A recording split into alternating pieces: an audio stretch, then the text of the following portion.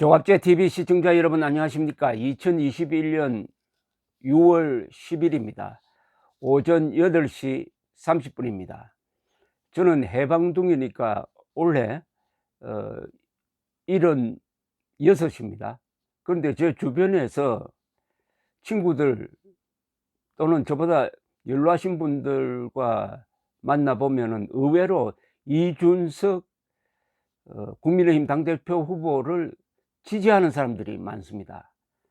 나이 많은 사람들이 싫어할 것이라고 선입견을 가지고 있는 분들에게는 다소 의외인데, 물론 그 중에는 너무 버릇이 없다든지 좌충우돌이라든지 경솔하다든지 하는 비판도 있습니다만은 다수가 지지하는 사람들이 많습니다. 오히려 나이 많은 사람들이 이제는 좀 뒤로 물러나서 도와야 한다. 특히 이번 당대표 선거에서 이준석 씨가 당선이 되면은 정권 교체는 확실하다. 말하자면은 이준석이라는 인물을 하나의 도구로, 윤석열도 마찬가지지만 정권 교체의 도구로 보면서 편안하게 바라보는 노련층이 많다는 것을 보면서 상당히 저는 감명 깊게 생각하고 있습니다. 60, 70, 80 뭐 이런 분들이죠. 그 중에 한 분일 것 같은데, 전효 전 한나라당 국회의원이 연일 이 이준석을 응원하는 글을 올리고 있습니다. 그렇다고 이준석 씨가 전효 씨를 뭐 좋아하는 것 같지는 않아요.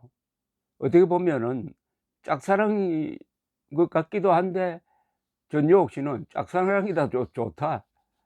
이준석을 통해서 정권 교체만 이루면은 나는 욕을 먹어도 좋다, 이런 자세를 보이고 있습니다.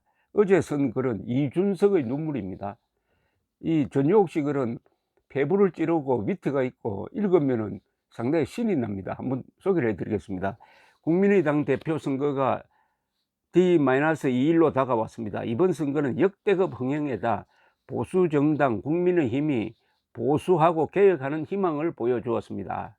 보수하기 좋은 날, 보수하기 좋은 시대, 보수가 자랑스러운 세대가 나올 겁니다. 오늘 이준석 후보는 천안함 생존 용사들과 그 가족들이 있는 시위 현장을 찾았다고 합니다.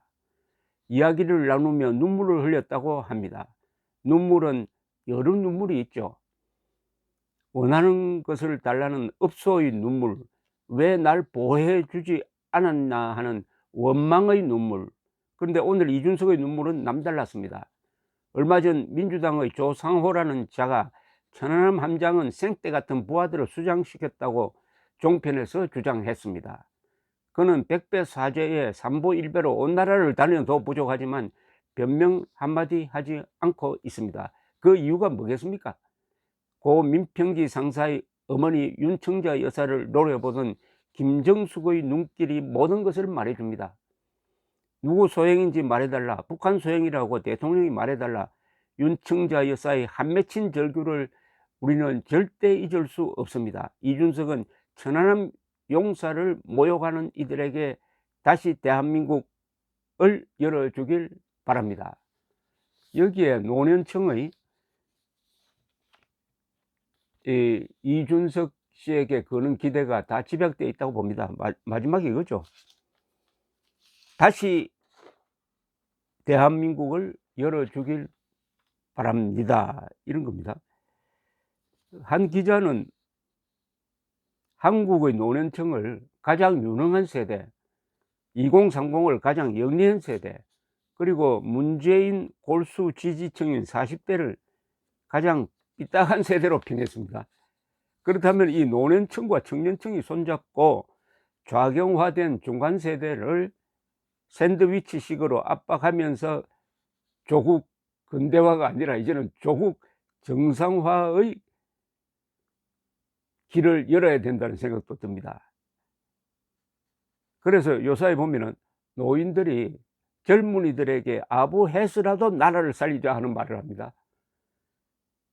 요사이 노년층 사이에 다시 일컬어지고 있는 말이 있습니다. 유명한 노년의 7업 생활 수칙인데, 이게 바로 청년층의 노년들이 아부를 해 가지고 나라를 살리자, 이런 취지가 아니겠습니까? 첫째가 이게 클린업입니다. 나이 많은 사람이 어떻게 행동해야 되느냐 하는 수칙이죠. 클린업. 나이가 들수록 자신과 주변을 깨끗하게 유지하자. 이 드레스업. 젊어서는 아무 옷이나 입어도 빛이 나지만 노년의 멋이 느껴질 수 있도록 단정하게 옷 입고 다니자. 특히 등산복은 때와 장소를 가려서 입자. 세 번째가 샷업. 젊은이들 앞에서는 말수를 줄이고 경청을 하자. 네 번째가 쇼업. 모이면 부지런히 참석해 가지고 나이 든 사람의 지혜와 너그러움으로 분위기를 잡아주자. 5. 취어업. 칭찬하자. 나 때는 말이야로 말을 시작하면은 젊은이들은 따라한다. 6. 페이업. 아랫사람보다 먼저 지갑을 열자. 7. 기브업. 버릴 것은 버리자. 실력이 안 되는 분야는 포기하고 되는 일을 하자. 하루에 한 가지씩 좋은 일을 하고 10사람과 통화하고 100자를 쓰고 1000자를 읽으며 1만 보를 걷자. 나도 건강해지고 주변도 밝아지고 나라에도 보탬이 된다. 그렇다. 2022년 3월 9일은 남녀노소가 다 일어나 역사의 쓰레기를 버리는 날, 대청소의 날이다. 이렇게 정리를 한번 해보고 싶습니다. 제가 평소 부르짖는 자유우파의 3대 행동 윤리가 있습니다. 그게 첫째, 대동단결입니다. 문재인, 김정은에게 반대하면 다 우리 편입니다. 백의종군입니다. 특히 나이 드신 분들, 과거에 뭘 했든 지금 자리에서 최선을 다하자는 거죠. 지금 가장 필요한 자세가 백의종군 아니겠습니까?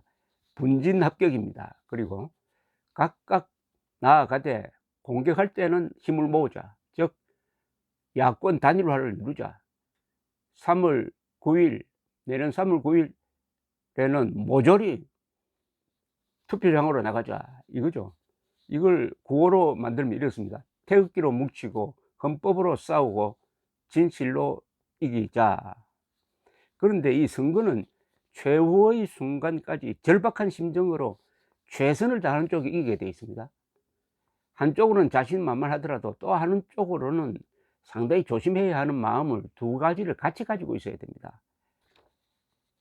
정권 교체가 지금 천하대세임은 분명합니다. 그러나 여기에 몇 가지 함정이 있습니다. 함정이. 그 중에 하나가 이 김종인의 분열 책동인데, 이준석 씨가 이 김종인의 이 영향권으로 들어가지 않도록 단단히 이 감시 감독해야 될 임무도 그를 지지해 준 사람들의 의무입니다. 내년 대선에 결정적 역할을 할 3대 감정적 요인이 있어요. 첫째는 반중 감정입니다. 그 다음 반페미니즘, 반호남 또는 호남의 비판적인 이런 시각. 그래서 한국에서 이념은 가장 큰 전략이라고 하지만은 그 이념은 또한 감정이기도 합니다. 이제 국민들이 내성이 생겨 가지고 문재인 정권의 선동력이 크게 약화된 것은 사실이지만은 이 변종이 났을 수가 있어요. 선동도 여러 가지 바꿔가면서 하면 또 당할 수가 있습니다. 이것도 조심해야 됩니다. 이제는 왜 좌익은 역사의 쓰레기냐, 왜 적폐 세력이냐, 왜 수구 반동 세력이냐,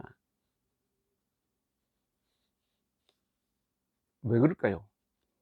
저들은 할 말이 없으면 욕설을 하는 세력입니다. 할 말이 없으니까 욕설을 해요. 천안함 함장이 생떼 같은 장병들을 수장시켰다 하는 것도 다른 할 말이 없으니까 그런 막말을 하게 되는 겁니다.